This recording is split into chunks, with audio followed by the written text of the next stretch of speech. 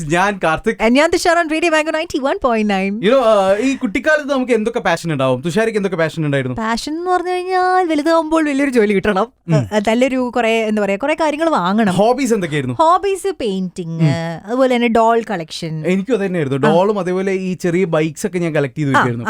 പക്ഷെ ഇന്ന് കൊച്ചി സൂപ്പർ ഫാസ്റ്റിൽ ഇപ്പൊ നമ്മളോട് ജോയിൻ ചെയ്തിട്ടുള്ള ആളുണ്ടല്ലോ, 8ാം വയസ്സിൽ മൈക്ക് കണ്ടപ്പോ വീട്ടില്ല ഞാൻ എന്ന് പറഞ്ഞിട്ടുള്ള ഒരു വ്യക്തിയാണ്. മൈക്കിനോട് ഒരു സ്പെഷ്യൽ അഡിക്ഷൻ തോന്നിയ ഒരാളാണ്. We have a very special guest with us. He is none other than your name, sir. Sanjeev Thomas.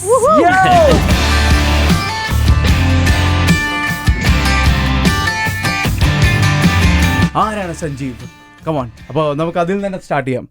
ആരാണ് സഞ്ജീവ്? സഞ്ജീവ് ഒരു മ്യൂസിഷ്യൻ ആണ്. Okay, we know that you are a musician, guitarist, music composer ആണ്. ഇതിക്കപ്പുറം who is Sanjeev? Just a normal, quiet, nice boy. He's just being modest. Nice, quiet boy. മൈക്കിനോടുള്ള addiction എപ്പോഴാണ് start ചെയ്തത്? അപ്പോൾ I think മ്യൂസിക്കിനോടുള്ള addiction I think 3 years old ആയിരുന്നപ്പോൾ start ചെയ്തു. There was a time അപ്പോൾ I never used to eat food without eating, without watching ഒരു ബി.ജീസ് കോൺസേർട്ടോ അങ്ങനത്തെ ഒരു സീൻ ഉണ്ടല്ലോ. അപ്പോൾ അത് കണ്ടിട്ടാണ് നമ്മുടെ ഫാദറും മദറും നമ്മൾ ഈ മ്യൂസിക് ലൈനിലോട്ട് എൻകറേജ് ചെയ്തത്. ആൻഡ് 8ാം വയസ്സിലാണ് ആദ്യമായിട്ട് ഞാൻ ഗിറ്റാർ പഠിക്കാൻ തുടങ്ങിയത്. കോളേജ് കഴിഞ്ഞിട്ട് ഫുൾ ടൈം മ്യൂസിക് എടുത്തു. ആൻഡ് അത് കഴിഞ്ഞിട്ട് ആദ്യം നമ്മൾ ഫുൾ ടൈം ആക്ച്വലി ഒരു കോളേജ് കഴിഞ്ഞിട്ട് ഒരു ബ്രേക്ക് ചോദിച്ചു ഡാഡിന്ന്, okay can I take a break for music? And അങ്ങനെ ഒരു ബ്രേക്ക് എടുത്ത് and I tried forming my own bands and playing all over. But അതിൽ നിന്ന് കാശ് വലുതായിട്ടൊന്നും വന്നില്ല. അപ്പോൾ അത് കാരണം next step I thought was going into production and learning, getting into the studio and producing music. അപ്പോൾ അങ്ങനെ ഒരു 2004 ആയപ്പം I started my own studio. അങ്ങനെ വന്ന production is something that came later, and I was interest already since I was, when you make songs you always want to produce music also. ആ ഒരു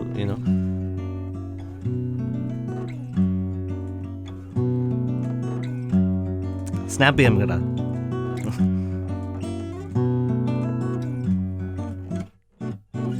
There was a point when you started exploring Indian music. When was that? എപ്പോഴാണ് മനസ്സിലാക്കിയത് okay ഇത് ഞാൻ explore ചെയ്യണം എന്നുള്ളൊരു ഇത് വന്നത്? ആക്ച്വലി ഇന്ത്യൻ മ്യൂസിക് എപ്പോഴും ഉണ്ടായിരുന്നു. Of course being in Indian, കുവൈറ്റിലായിരുന്നപ്പോഴും തന്നെ ഇറ്റ് വാസ് ഓൾവേസ് ദെയർ. പക്ഷേ ആദ്യം വെസ്റ്റേൺ മ്യൂസിക്കിൽ ആ ഒരു ഇൻഫ്ലുവൻസ് ഉണ്ടായതുകൊണ്ട് എനിക്കൊരു ആദ്യമൊക്കെ കുറച്ച് പുച്ഛം ഉണ്ടായിരുന്നു ഇന്ത്യൻ മ്യൂസിക്കിനോട്. റോക്കിലൊക്കെ ഉള്ള ആറ്റിറ്റ്യൂഡ്, അതെ, ആ ഒരു ആറ്റിറ്റ്യൂഡ് ഉണ്ടായിരുന്നു. പിന്നെ റഹ്മാൻ സാറിൻ്റെ കൂടെ കയറിയപ്പോഴാണ് ആക്ച്വലി ഇന്ത്യൻ മ്യൂസിക് ഇതിനെക്കാട്ടിലൊക്കെ മേലെ ഉണ്ടെന്നുള്ളതും പിന്നെ the way he worked and അങ്ങനെയൊക്കെ ആയപ്പോഴാണ് ഞാൻ ഇന്ത്യൻ മ്യൂസിക്കുമായിട്ട് ഒരുപാട് ലവും ഇൻസ്പയർഡ് ആയത്. റഹ്മാൻ സാറിൻ്റെ കൂടെ വർക്ക് ചെയ്തു, വെറും വർക്ക് അല്ല, 10 long years. ആൻഡ് നമ്മൾ കേട്ടിട്ടുള്ള ഒരുപാട് റഹ്മാൻ സാറിൻ്റെ സോങ്സിലെ ഗിറ്റാർ പീസസ് അറേഞ്ച് ചെയ്തിട്ടുള്ള വായിച്ചിട്ടുള്ള ഒരാളാണ് സഞ്ജീവ്. സോ ആ വായിച്ചിട്ടുള്ള കുറച്ച് പീസസ് ഏതൊക്കെയാണ്?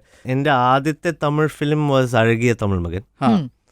അത് കഴിഞ്ഞിട്ട് ജാനെ തൂ യാ ജാനേന, ഡൽഹി 6, ബ്ലൂ, വിനയ് താണ്ടി വരുവായ, റോക്സ്റ്റാർ, അങ്ങനെ ടിൽ ഒരു 2014 my last film was I. പൊതുവേ എല്ലാ AR റഹ്മാൻ ഫാൻസിനും ചോദിക്കാനുള്ളൊരു കാര്യമായിരിക്കും, how is he as like നമ്മൾ ഇന്റർവ്യൂസും കാര്യങ്ങളൊക്കെ കാണുന്നുണ്ട്, ഞാൻ അങ്ങനെയൊക്കെ പറയുന്നുണ്ട്. പക്ഷേ coming from inside, how is it working with him? Like as is he A very strict person or was it very easy to work with him? For me thankfully it was very easy to work with him. പുള്ളിയുടെ സ്റ്റുഡിയോയിൽ full time ഒക്കെ work ചെയ്യുന്ന ആളുകൾക്ക് ഭയങ്കര കഷ്ടമാണ്. പുള്ളി നല്ല തെറിയൊക്കെ വിളിക്കുക ഇടയ്ക്ക്. പക്ഷെ അല്ലാതപ്പം he is very quiet and great person to work with. And അത് മാത്രമല്ല, പുള്ളിയുടെ കൂടെ സറൗണ്ട് ചെയ്യുന്ന ബാക്കി musicians also are as famous or as from all over the world. അപ്പോൾ ആ ഒരു experience is always a great thing. നമുക്ക് നമ്മൾ സ്റ്റുഡിയോയിൽ പോകുമ്പം suddenly you will see percussion player from Nigeria, പിന്നെ ഒരു ഫ്ലൂട്ട് പ്ലെയർ ഫ്രം ജപ്പാൻ, അങ്ങനത്തെ ഉള്ള ഒരു സീനായിരുന്നു. അപ്പം അവരുടെ കൂടെ ഉള്ള ഇൻട്രാക്ഷൻസും പിന്നെ ടൂർ ചെയ്യുമ്പം ലൈക്ക് ഫോർ എക്സാമ്പിൾ ജയ്ഹോ ടൂറിൽ half of the band was white people. So all white people playing for Lionel Richie, അങ്ങനത്തെ ടൈപ്പ് മ്യൂസിഷ്യൻസിൻ്റെ കൂടെ ആയിരുന്നു ടൂറിങ്ങും കാര്യങ്ങളും. അപ്പം ആ ഒരു apart from just him, the people who surrounded him also, that itself was a great learning experience.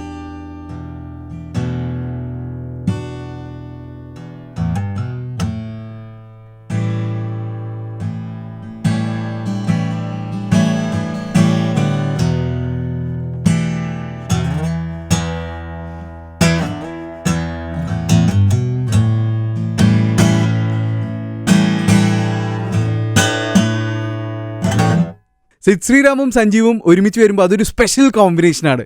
What's the secret?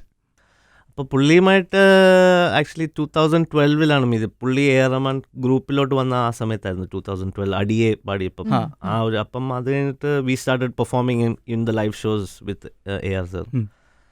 അപ്പോൾ അത് കഴിഞ്ഞിട്ട് I think once he started having enough songs to go live and all that ഒരു 2016 ആയപ്പം പുള്ളി ഒരു band form ചെയ്തു. അപ്പോൾ അതിൽ ആ സമയം തൊട്ട് പുള്ളിയുടെ ബാൻഡിലുണ്ട്. Me and a couple of friends like Keba, Leon, okay, we are together as a band. We've been together for the past 4 years now. റോക്സ്റ്റാറിൻ്റെ മെയിൻ ഗിറ്റാർ പീസൊക്കെ അറേഞ്ച് ചെയ്തിട്ടുള്ള വായിച്ചിട്ടുള്ളത് സഞ്ജീവാണ്. അപ്പോൾ അതിൻ്റെ ഒരു എക്സ്പീരിയൻസ് എന്തായിരുന്നു? ഈ റോക്ക് സ്റ്റാർ സിനിമ എന്ന് പറഞ്ഞു കഴിഞ്ഞാൽ ട്രെൻഡ് സെറ്റർ മാത്രമായിരുന്നില്ല, it was like a benchmark. അപ്പോൾ അങ്ങനത്തെ ഒരു പിന്നീട് ഒരു റോക്ക് സ്റ്റാർ സിനിമ ആർക്കും ചെയ്യാൻ പറ്റിയിട്ടില്ല അത്രയും ഗംഭീരമായിട്ട്. സോ അതിൻ്റെ ഒരു ബ്രീഫ് എങ്ങനെയായിരുന്നു, അതിൻ്റെ ഒരു വർക്ക് എങ്ങനെയായിരുന്നു? So I think the only brief was be as angry as you can. അപ്പോൾ അതായിരുന്നു ആ രൺബീറിൻ്റെ ക്യാരക്ടറും. So even so usually for example നമ്മൾ ഒരു ഗിറ്റാർ സെഷൻ AR സാറിൻ്റെ അവിടെ പോകുമ്പം most of the time he is not the because he believes in what I do. So I lay whatever kind of guitar tracks and then later he chooses what to keep and what not to keep. പക്ഷേ ഈ ഒരു പടത്തിന് he was there with me. And solo ചെയ്യുമ്പം നമ്മളൊരു solo ചെയ്യുമ്പോൾ ഒരു special ഒരു രീതി ഉണ്ടല്ലോ. പക്ഷേ this time he wanted me to like just go for it, be angry on the guitar, break the guitar. അങ്ങനെ ഒരു he kept pushing me to do that. അപ്പോൾ ആ ഒരു സോളോയുടെ ആ ഫീലും ആ ബെൻസ് ഒക്കെ കേട്ടാൽ you can see that I have actually there's a lot of anger there. Rock സ്റ്റാറിലെ രൺബീർ കപൂറിൻ്റെ ലുക്ക് ഇൻസ്പയർ ആയത് സഞ്ജീവിനെ കണ്ടിട്ടാണെന്ന് കേട്ടിട്ടുണ്ട്, ശരിയാണോ? ശരിയാണ്. ഐ മീൻ എൻ്റെ കോൺസെർട്സിൽ എനിക്കൊരു പെർട്ടിക്കുലർ ഒരു ലുക്കുണ്ട്. ഞാൻ തന്നെ ഡിസൈൻ ചെയ്ത ഒരു ലുക്കാണ്.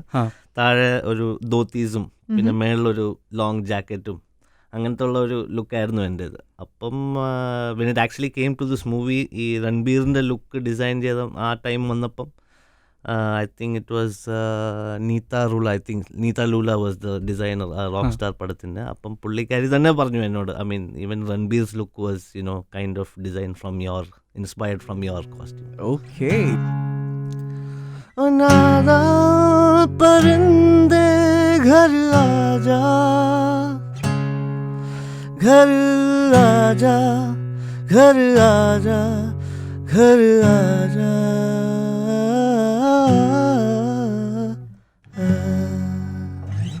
നമ്മൾക്ക് ദുബായിൽ പോയി കഴിഞ്ഞാൽ കാശ് പൊട്ടിക്കാൻ നമ്മളെ ഇൻസ്പയർ ചെയ്തൊരു സോങ്ങാണ്. Which was that song? So that was നെഞ്ചിനുള്ളിൽ. അതായിരുന്നു എൻ്റെ ആദ്യത്തെ film through the music director Vidyasagar. And പുള്ളി എൻ്റെ voice always I mean he thought it was a fresh voice. So that is the time he first introduce me. And ഞാൻ അറിയാതെ തന്നെ അത് ഭയങ്കര ഹിറ്റായി. ഇപ്പം even now it plays, that's a great thing. So ഈ നെഞ്ചിനുള്ളിലിന് ശേഷം പിന്നീട് മലയാള സിനിമയിൽ വേറെയും പാട്ടുകൾ പാടിയിട്ടുണ്ട്. ഏതൊക്കെയാണ് ആ പാട്ടുകൾ? ഗ്രാൻഡ് മാസ്റ്ററിലൊരു പാട്ട് പാടിയിരുന്നു, പതിയെ പതിയെ എന്ന് പറഞ്ഞിട്ട്. പിന്നെ താപ്പാന എന്ന് പറഞ്ഞിട്ട് മമ്മൂക്കേൻ്റെ ഫിലിമിൽ ടൈറ്റിൽ സോങ് പാടിയിട്ടുണ്ട്. പിന്നെ ഇപ്പോൾ ഞാൻ മനോഹരം ചെയ്യുന്ന പടത്തിൻ്റെ പേര് മനോഹരം, അത് 2 പാട്ട് പാടിയിട്ടുണ്ട്. മനോഹരത്തിൻ്റെ മ്യൂസിക് ഡയറക്ടറാണ് നമ്മുടെ മുന്നിലിരിക്കുന്നത്. അപ്പോൾ എങ്ങനെയാണ് ഈ ഒരു പ്ലാറ്റ്ഫോം എന്നൊക്കെ മാറിയിട്ട് മലയാളം ഫിലിം ഇൻഡസ്ട്രിയിൽ മ്യൂസിക് കമ്പോസർ ആയിട്ടുള്ള ഒരു റോൾ എങ്ങനെയാണ് എൻ്റെ ചെയ്തത്? സോ എപ്പോഴും ഞാൻ apart from my live performances ഒക്കെ I always was a producer. അപ്പം ആദ്യം ജിംഗിൾസുമായിട്ടൊക്കെ തുടങ്ങി. പിന്നെ പല പടങ്ങൾ ചെയ്തു, പക്ഷെ സാഡ്ലി ഒരു ലക്കില്ലായിരുന്നു. അപ്പം ഞാൻ ചെയ്ത ഫിലിംസ് ഒന്നും ഇറങ്ങിയില്ല, അങ്ങനെ ഒരു സീനായിരുന്നു. പിന്നെ അവസാനം താങ്ക്ഫുള്ളി ദിസ് ഓപ്പർച്യൂണിറ്റി മനോഹരം കെയിം. അതെങ്ങനെയാണെന്ന് വെച്ചാൽ ഐ വാസ് ഇൻ ബാംഗ്ലൂർ ഇതിനു മുമ്പ്. അപ്പോൾ ഒരു by February I move to Chennai. അപ്പോൾ ചെന്നൈ വന്നപ്പം തിരിച്ച് I started a school and all that. ഒരു മ്യൂസിക് സ്കൂളൊക്കെ ഉണ്ട് ബാംഗ്ലൂരിൽ. അപ്പം ആക്ച്വലി ഒരു ബ്രേക്ക് ആയിരുന്നു, നമ്മുടെ ഇൻഡസ്ട്രിയിൽ നിന്ന് ഒരു ബ്രേക്ക് എടുത്തതാണ് ഞാൻ പർപ്പസായിട്ട്. ഓക്കെ. പിന്നെ അത് സ്കൂളൊക്കെ നന്നായിട്ട് ചെയ്തു. അപ്പം I thought okay maybe it's been 4 years since school started. അപ്പം ഞാൻ ഓർത്ത് okay let's get back to Chennai, let's see നമ്മുടെ ഇൻഡസ്ട്രിയിൽ തിരിച്ച് കയറാമെന്നുള്ള ഒരു മോട്ടീവിലാണ് വന്നത്. അപ്പം അങ്ങനെ വന്നിട്ട് ഞാൻ നമ്മുടെ ഫ്രണ്ട്സിനെയൊക്കെ മെസ്സേജ് ചെയ്തു, ഓക്കെ ഞാനിവിടെ തിരിച്ചുകൊണ്ട് വല്ല വർക്ക് ഉണ്ടെങ്കിൽ പറ. അപ്പം അങ്ങനെ മെസ്സേജ് ചെയ്ത ഒരാളാണ് വിനീത് ശ്രീനിവാസൻ. ആൻഡ് അങ്ങനെ അരമണിക്കൂറിൽ തന്നെ വിനീത് പറഞ്ഞു, ഓ എന്നാൽ വൈ ഡോണ്ട് വി മീറ്റ്. എന്നാൽ ആ മെസ്സേജ് അയച്ച് അരമണിക്കൂർ കഴിഞ്ഞിട്ട് ഉടനെ ഐ മെറ്റ് ഹിം, ഡയറക്ടറിനെ മീറ്റ് ചെയ്തു. അപ്പം തന്നെ അവർ സ്റ്റോറിയെല്ലാം ഇത് ചെയ്തു പറഞ്ഞു. ഉം. പിന്നെ അതെന്ത് യൂഷ്വൽ എങ്ങനെയാണെന്നുള്ളത് ദേ give you few situations and ആ സിറ്റുവേഷൻ അനുസരിച്ച് കമ്പോസ് ചെയ്യുന്ന ലൈക്ക് സം ഓപ്ഷൻസ്. അങ്ങനെ സിറ്റുവേഷൻ തന്നു, ഒരു 4 ഓപ്ഷൻ ഉണ്ടാക്കി, അവർക്ക് ഇഷ്ടപ്പെട്ടു, അങ്ങനെയാണ്.